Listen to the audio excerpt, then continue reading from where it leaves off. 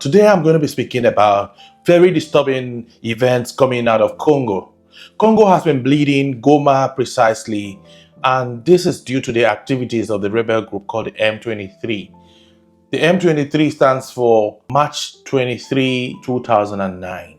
These were a rebel group that has deep connections with the Tutsis of Rwanda. The first interaction actually fell from the 1994 genocide.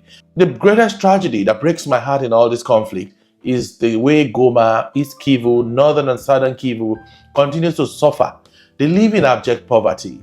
Ordinarily, Goma, East, South, Northern Kivu would have been one of the wealthiest regions on earth because the soil there is filled with a lot of rich resources. But these guys have been exposed to all forms of torture, pain, hunger, and the elements. Congo, Kivu, East Kivu, and Goma have consistently battled with volcano eruptions, and villagers continue to move. Over 1 million persons have been displaced by this conflict. Hundreds of thousands lives have been lost. And the M23 has taken over northern Kivu and is advancing towards East Kivu. This is the second time these rebel groups are invading Congo. In 2012, there were similar events and there were sort of peace talks that ended this whole thing.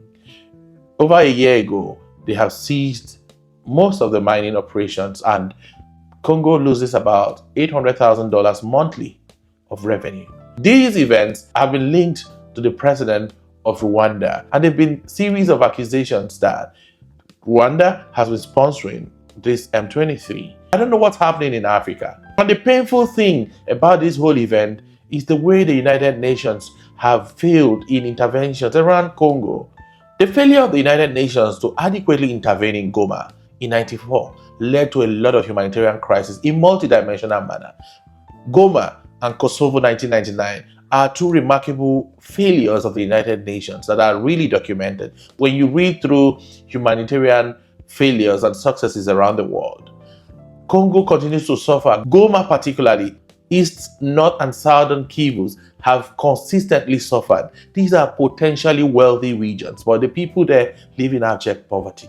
Hunger, sickness, and all forms of hardship have been meted out to these people. Currently, the people are battling, they are hiding in the bushes, they are struggling to eke out a living and even survive. And this has called for global concern, and the entire world is speaking up for the people of Goma.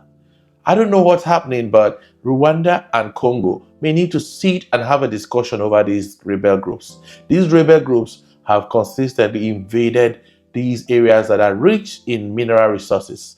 Goma has large reserves of coltan that the entire world needs. Coltan is used for production of our electronics, our computers, our phones, and everything you could think about. So there seems to be a lot of interest around that region, and it's surprising to see Rwanda boasting as one of the highest producers of coltan. And where are these coming from? Obviously, Congo. When you look at the maps, you realize that these are borderline countries and communities where these conflicts are currently ongoing, a borderline between Congo and Rwanda. The United Nations have had emergency meetings. Global communities are discussing, but how much of interventions can Congo really enjoy as we speak? This is one of the reasons why I worry about Africa. Could this be some sort of sabotage? And who probably would be sabotaging Congo? Could it be Rwanda? Are they external interests? Despite all these conflicts, some Chinese nationals were caught with about $800,000 cash within this region and some bars of gold.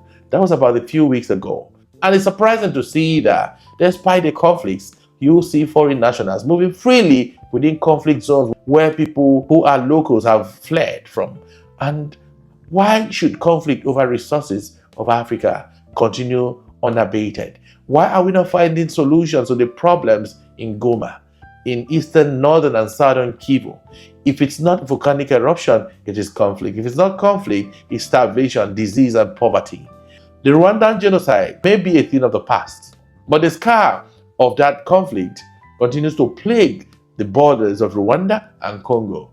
Not so much has been done to end these conflicts. The M23 rebel group is really getting some sort of sponsorship, and with all these accusations and reports tilting towards Rwanda and allegedly blaming Paul Kagame it leaves one to wonder, what is Kagame's interest?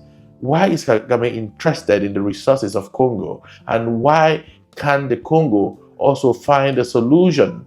And why can the world intervene in such a manner that there could be some lasting peace in the Congo?